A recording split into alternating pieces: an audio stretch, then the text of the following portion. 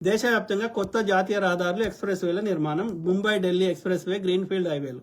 So ఇది రోడ్లు అనేది బేసిక్ నెసెసిటీస్, అది కంపల్సరీ చేయాలి. పెరుగుతున్న జనాభాకు ఆధారంగా ఇంటర్నేషనల్ స్టాండర్డ్స్ కోసము మనము యొక్క దేశంలో తయారు చేసిన వస్తువులు సేవలు వేరే దేశానికి పంపడానికి కానీ వేరే దేశం ఇంపోర్ట్ చేసుకోవడం కానీ బ్రిటిష్ వాడు కూడా వాడు యొక్క ఏది రైల్వే ట్రాక్లు కట్టుకున్నాడు, అట్లా మనం మినిమం మెయింటైన్ చేయాలి. అది బ్రిటిష్ వాడు స్వతంత్రం వచ్చినప్పుడు ఎన్ని రోడ్లు ఉండే, 2014 ఎన్ని రోడ్లు ఉండే, అది బేసిక్ నెసెసిటీస్. అయినా సరే వాళ్ళు ఎన్ని తిన్నారు ఎన్ని చేసిండ్రు అనేది ఎవరి వల్ల అంచనా వేసుకోండి. కొంచెం ఇంతో అంతో ఆ రోడ్లు గిడ్లు వేసింది ఉత్తర భారతదేశంలో వేసారు, దక్షిణ భారతదేశంలో పెద్దగా చేయలేదు. ఓకే, ఆ ఉత్తర భారతదేశంలో కూడా ఒక కిలోమీటర్కి 20 కోట్లు తీసుకున్నారు, అలా కూడా మస్తు పైసలు దొబ్బిర్రు. అవి మొన్ననే వేసిర్రు మళ్ళీ కూలుతున్నాయి. ఓకే, సో అది కరప్టెడ్ చేసారు.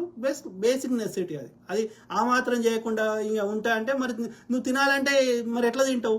ఏదో ఒకటి పేరు చెప్తేనే తినొస్తుంది, లేకపోతే అది కూడా తినరాదు. కాబట్టి నువ్వు తిన్నదానికి అక్కడ చేసిన దానికి పీనట్స్, అది కూడా బేసిక్ నెసెసిటీస్. నువ్వు చెప్పిన వాగ్దానాలకి నువ్వు చేసింది nothing, peanuts. Okay, so Vande Bharat express way, Vande Bharat express వేకి దాన్ని అని ఈ చిన్న అన్ని తీసి పారదొప్పినావు. ఓకే, దానివల్ల ఈ చిన్న వాళ్ళకి ఇబ్బంది అవుతుంది, సామాన్యులకు ఇబ్బంది అవుతుంది. ఎందుకంటే అది ఎక్కడ స్టాప్లను ఎత్తేసినావు, ఫుల్ రేట్ పెంచేసినావు. రెండోది ఏం చేసినావు, ఈ చిన్న ట్రైన్ కోసం ప్రధానమంత్రి ఓపెనింగ్ వస్తే ఒక చిన్న అధికారి ఓపెన్ చేయాల్సినవి, ప్రధానమంత్రి వస్తే ప్రధానమంత్రి సెక్యూరిటీకి అవి అయ్యే పైసలతో పోలిస్తే ఈ వందే భారత్ ట్రైన్కి అయిన పైసలు తక్కువ. కాబట్టి అది కూడా పీనట్సే. నువ్వు ఏదైనా చేస్తే మా జీవితాల్లో మార్పులు వచ్చేటి ఏమి కాదు, అవి బేసిక్స్. ఓకే, అంతకుముందు ట్రైన్ లేవా? అంతకుముందు వాడు ప్రయాణించలేదా ట్రైన్లలో? శతాబ్ది ట్రైన్ ఇంకో ట్రైన్లో ప్రయాణించలేదా? మరి ఇంకా నువ్వు కొత్తగా చేసింది ఏంది? పేరు మారిస్తే కొత్తగా అయిపోతుంది, అది కాదు కదా. సో అది వందే భారత్లో నువ్వు పెద్దగా పీకింది ఏం లేదు. అలా తింటుంటే ఉచ్చవాసన వస్తుందంట, ఇది వాళ్ళ ఫుడ్ కూడా. ఓకే, మళ్ళీ మీదకి వెళ్ళి అలా వర్షం పడుతున్నది. నువ్వు వందే భారత్ పేరు మీద అడ్వర్టైజ్మెంట్ చేసుకున్నావు, కానీ అందులో ప్రజలకి ఇంకా దానివల్ల నష్టమే జరుగుతుంది, కానీ దానివల్ల వాళ్ళ జీవితాలు మారే విధంగా వందే భారత్ యూజ్ కాలేదు. ఓకే, ఆ యొక్క ఎక్స్ప్రెస్ హైవేలలో కూడా నువ్వు చేసిన దాంతో పోలిస్తే తిన్నదే ఎక్కువ ఉంది. ప్రధానమంత్రి ఆవాస్ యోజన కింద ఒక్కరికి కూడా ఇల్లు రాలేదు. అది పక్క ఏదో ఒక పథకం పేరు చెప్పి దోసుకోవడం తప్ప అందులో ఒక్కరికి కూడా ఇల్లు రాలే. ఎవరికి వచ్చిందో చూపెట్టు. అన్నికి ఇట్లనే ఉన్నాయి, దోపిడీ ఉన్నాయి. ఉజ్వల స్కీమ్ కింద మీకు ఒకరికైనా సిలిండర్ వచ్చిందా? ఆ నార్త్ ఇండియాలో కూడా ఒక ఫస్ట్ సిలిండర్ ఇస్తున్నారట, కానీ మళ్ళీ రీఫిల్ అనేది లేదంట. What is the use? మళ్ళీ నువ్వు సిలిండర్ డబ్బా బుడ్డి ఒకసారి ఫ్రీగా ఉట్టి ఖాళీ తీస్తే మళ్ళీ అలా 1200 పెట్టి నువ్వు సిలిండర్ నింపుకోవాల్సి వస్తుంది. సో ఏమి ఇచ్చినట్టు నువ్వు? అది కూడా నార్త్ ఇండియాలో ఇస్తున్నావు, సౌత్ ఇండియాలో అది కూడా ఇస్తారు. సో నీ ఉజ్వల పథకం వేస్ట్. జన్ధన్ అని అందరితోటి ఖాతాలు ఓపెన్ చేయించినావు, బ్యాంక్ అకౌంట్లు ఓపెన్ చేసినావు. అలా పైసలు కూడా ఎత్తాడు. మళ్ళీ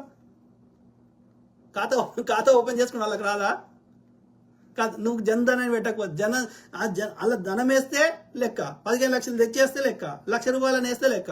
నువ్వు అకౌంట్ ఓపెన్ చేస్తాడు వాళ్ళకి రాదా? వాళ్ళ తమ్ముడినో వాళ్ళ ఇంటి సైడ్ పక్కని తీసుకోపోతే వాళ్ళు ఓపెన్ చేసుకోలేరు వాళ్ళ అకౌంట్లు ఓపెన్ చేయడం వాళ్ళకేం లాభం అయింది? అలా పైసలు వేస్తే లాభం, అది జన్ధన్. ఓకే, అన్ని దొంగ లెక్కలు, దొంగ మాటలు. డిజిటల్ ఇండియా కాదురా అయ్యా. ఓకే, ఆఫ్రికాలో కూడా ఇలా ఆన్లైన్ ట్రాన్సాక్షన్ జరుగుతుంది. మనకంటే 1000 రెట్లు వెనకాల ఉన్న దేశాల్లో కూడా ఇలా ఆన్లైన్ ట్రాన్సాక్షన్ ఉంది. సెల్ ఫోన్లు ఇది ఆన్లైన్ ట్రాన్సాక్షన్స్ అది కంపల్సరీ.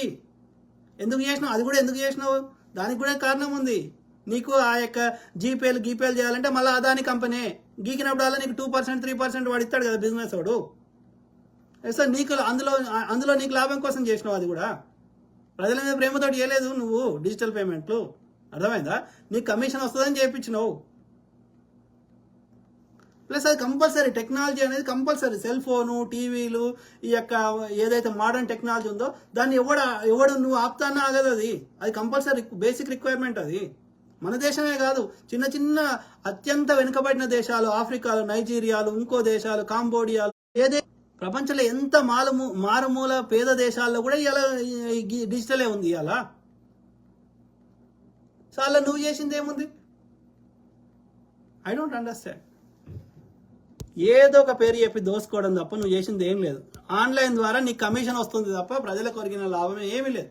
నువ్వు ప్రజల ద్వారా నువ్వు ట్యాక్సులు వసూలు చేయడానికి వ్యాపారస్తుల దగ్గర నువ్వు కమిషన్ తీసుకోవడానికి నువ్వు ఆన్లైన్ పేమెంట్ని ఎంకరేజ్ చేసినావు. అది నువ్వు ఆపినా ఆగది. అది కాంగ్రెస్ ఉన్నా, ఇంకో పార్టీ ఉన్నా, ఎవడున్నా, ఏ దేశంలో అయినా అది రావాల్సిందే. డిజిటల్ పేమెంట్ టెక్నాలజీ, సెల్ ఫోన్లు, టీవీలు, తర్వాత ఈ యొక్క వాహనాలు, తర్వాత ఈ డిజిటల్ పేమెంట్లో బేసిక్ రిక్వైర్మెంట్. ఇప్పుడే కాదు, అది చరిత్రలో ఎప్పుడైనా వచ్చింది, రాజుల కాలం నుంచి ఇప్పటివరకు. ఇంత ఇస్లామిక్ కంట్రీస్, అంత షరియాలా ఉన్న దేశాల్లో కూడా ఇవాళ ఉంది డిజిటల్ పేమెంట్. సో దాన్ని ఎవడు ఆపలేడు అది టెక్నాలజీని. లేదా ఇవాళ ఇస్లామిక్ కంట్రీస్ లేదా ఇంటర్నెట్, డిజిటల్ పేమెంట్? అలా మోడీ వీకింది ఏంది? దేశీయ ఉత్పత్తి తయారు రంగం ఏదైంది? మేక్ ఇన్ ఇండియా ఏడైంది? అన్ని ఇప్పటికీ అది ఇంకా నువ్వు దేశీయ కంపెనీలన్నీ ఎత్తేసినావు, ప్రభుత్వ రంగ సంస్థలన్నీ ఎత్తేసినావు. అన్ని ఇప్పటికీ ఇంకా ఇంపోర్ట్ చేసుకుంటున్నాం చాలా. కొత్తగా ఇంకా ఇంపోర్ట్లు ఆగినాయి ఏమున్నాయి చెప్పు? మెడికల్ ఎక్విప్మెంట్ చేస్తున్నాం, ఆయుధాలు అన్నీ చైనా నుంచి ప్రోడక్ట్స్ అన్నీ ఇంపోర్ట్ చేసుకుంటున్నాం కదా. 2014 ఇప్పటికి కొత్త ఇంపోర్ట్ కంప్లీట్గా ఆగింది ఏముంది? ఏమీ లేదు. సో మోడీ వాడుతున్న అన్ని వస్తువులు కూడా ఇంపోర్టెడే.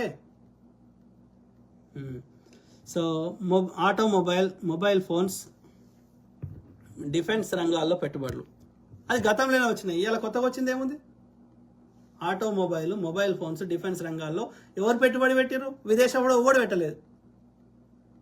మన దేశంలో ఎప్పటి నుంచో నడుస్తుంది అది. ఇలా కొత్త మోడీ వచ్చినాక మారింది ఏముంది? ఏమీ లేదు. 0%. కేవలం ప్రచారం. పిఎం కిసాన్ యోజన ప్రతి రైతుకు సంవత్సరంకి 6,000 నేరుగా ఖాతాల్లో జమ. ఎవరికి వస్తున్నాయో దక్షిణాదిలో అయితే పెద్దగా వస్తున్నట్టయితే నాకు కనిపించలేదు. ఉత్తరాదిలో ఏమొస్తున్నాయో మాకు తెలియదు. సో పెద్దగా నువ్వు చెప్తున్న ప్రకారం పెద్దగా రైతులకు వచ్చింది ఏం లేదు. ఇక్కడ కాంగ్రెస్ ప్రభుత్వమే రుణాలు మాఫీ చేసింది, ఇవే ఇస్తుంది. నార్త్ ఇండియాలో కూడా ఎక్కడ వీళ్ళందరూ ప్రచారం చేసుకుంటున్నారు. బీజేపీ వాళ్ళు కాగితం మీద కనిపిస్తాయి వీళ్ళ అభివృద్ధి, ఆ ప్రాక్టికల్గా ఎవ్వరికి కనిపించవు. Very unfortunate. సో ఇవన్నీ మిత్రులారా, ఆయుష్మాన్ భారత్ కింద ఆరోగ్యశ్రీ లాంటిది. ఓకే, ఎవరికి వచ్చింది చెప్పండి?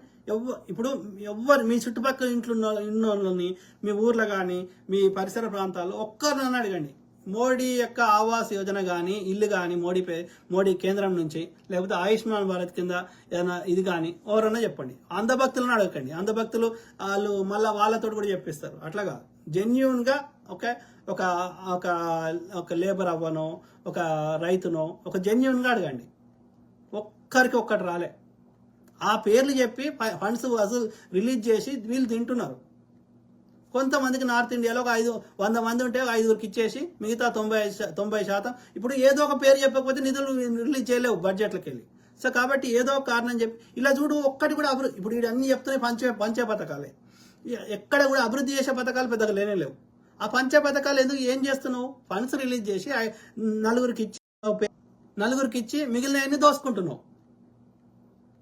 అట్లా కాదు, అది కరెక్ట్ కాదు. ఓకే, నువ్వు అట్లా ఆ పథకం పెట్టకపోతే నువ్వు ఫండ్స్ రిలీజ్ చేయలేకపోతే దోసుకోలేవు.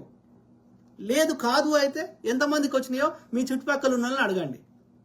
ఒక్కరికి కూడా రాలే. ఫేక్. నార్త్ ఇండియాలో వాళ్ళే చెప్తున్నారు. అది ఈ ఆయుష్మాన్ భారత్ కింద ఈ కార్డు ఇస్తే తీసుకోపోతే వాడు ట్రీట్మెంట్ ఇస్తలేడు, ఎందుకంటే వీడు బిల్లులు కడతలేడు అంట. మరి వాడు ట్రీట్మెంట్ ఇస్తలేడు, వాట్ ఈస్ ద యూస్? మరి బిల్లు రిలీజ్ చేస్తలేరా? చేస్తున్నారు. మరి ఎందుకు కడతలేరు? దోసుకుంటారు, వీళ్ళు తింటున్నారు. అట్లున్నది పరిస్థితి. వాడు ట్రీట్మెంట్ ఇస్తలేడు ఆయుష్మాన్ భారత్ కార్డు తీసుకోపోతే. అంటే ఆ వైద్య సిబ్బంది వీడు కలిసి తింటున్నారు. ఇస్రో అంతరిక్ష అభివృద్ధి. ఇస్రో పెట్టింది కాంగ్రెస్. చంద్రయాన్, ఆదిత్య L1, గగనయాన్ మిషన్ ప్రగతి. అది కాంగ్రెస్కి గతంలో అయినా సరే ఇప్పుడైనా సరే అది పెట్టడం వరకే ఆ ప్రభుత్వం పని. కానీ అలా ఆ యొక్క DRDO కానీ, DRDL కానీ, లేకపోతే ఈ యొక్క ఇస్రో కానీ అందులో డే టు డే వాళ్ళ యాక్షన్స్కి మన గవర్నమెంట్కి సంబంధం లేదు. ఓకే, అవి ఒక కంప్లీట్ ఇండిపెండెన్స్ అవుతుంది. పెట్టడం వరకే ప్రభుత్వం పని, పెట్టిన దానిదే చెప్పుకోవాలి. కానీ మిగిలినది వాళ్ళు ఏం చేస్తున్నారు, గగనయాన ఇంకో యాన అనేది ప్రభుత్వాలకు సంబంధం లే. వాళ్ళకి సంవత్సరానికి ఇంత బడ్జెట్ అలొకేట్ చేస్తారు. సో వాళ్ళ ఏమంటారు, వాళ్ళు రెగ్యులర్గా వాళ్ళ పని వాళ్ళు చేసుకుంటారు. అది DRDO అయినా అదే పరిస్థితి, DRDL అనే పరిస్థితి. వాళ్ళ బడ్జెట్ కట్ చేయకుంటే చాలు, అంతే. కానీ వాళ్ళు డే టు డే ఏం చేస్తారు అనేది ప్రభుత్వాలకు సంబంధం లేదు. అర్థమైందా? Unless they initiate new project. కాబట్టి ఇక్కడ ఇస్రోలో వాళ్ళు గతంలో యొక్క పిఎస్ఎల్వి ఇంకోటి చేసింది, వాళ్ళు రెగ్యులర్గా ఏమేం చేయాలనో అవి చేస్తున్నారు. ఈ యొక్క డిఫెన్స్ కానీ ఈ ఇస్రో కానీ, ఓకే, ఈ స్పేస్ ఈ రీసెర్చ్ ఇన్స్టిట్యూషన్, అందులో మోడీ వచ్చి కొత్తగా చేసింది ఏమీ లేదు. వాళ్ళు మోడీ ఉన్నా లేకున్నా వాళ్ళ పనులు వాళ్ళు ఇవే కొనసాగేది. ఇంకా ఎక్కువ ఉండేది. ఇంకా సైన్స్ కాంగ్రెస్లో ఇంకా ఫండింగ్ ఎక్కువ ఉండేది. ఈయన వచ్చినాక ఫండింగ్ కట్ చేసేయండు. ఓకే, సో కాబట్టి వాళ్ళు ఆ సంస్థలు చేసే వాటికి మోడీకి క్రెడిట్ పోదు. ఓకే, మోడీ కొత్తగా ఏదైనా ఇనిషియేట్ చేస్తే దానికి క్రెడిట్ పోతుంది. వాళ్ళని ఫండింగ్ ఆపకుండా ఉంటే చాలు. నువ్వు వాళ్ళు చేసే పని వాళ్ళు చెడగొట్టుకుంటూ ఉంటే చాలు. కాబట్టి మంచి జరిగితే నేను చేసినా, చెడు జరిగితే నాకు సంబంధం లేదు అంటే కలవదు. అవి ఇండిపెండెంట్ సంస్థలు, డిఫెన్స్ అండ్ ఈ యొక్క ఏవైతే ఉన్నాయో డిఆర్డిఓ, ఇస్రో, వాటికి ఏ పార్టీకి చెందిన ప్రభుత్వం అయినా దాన్ని స్థాపించే వరకే క్రెడిట్, కానీ స్థాపించినాక దాంట్లో డే టు డే యాక్షన్స్లలో ప్రభుత్వాలు క్రెడిట్ తీసుకుంటే కరెక్ట్ కాదు.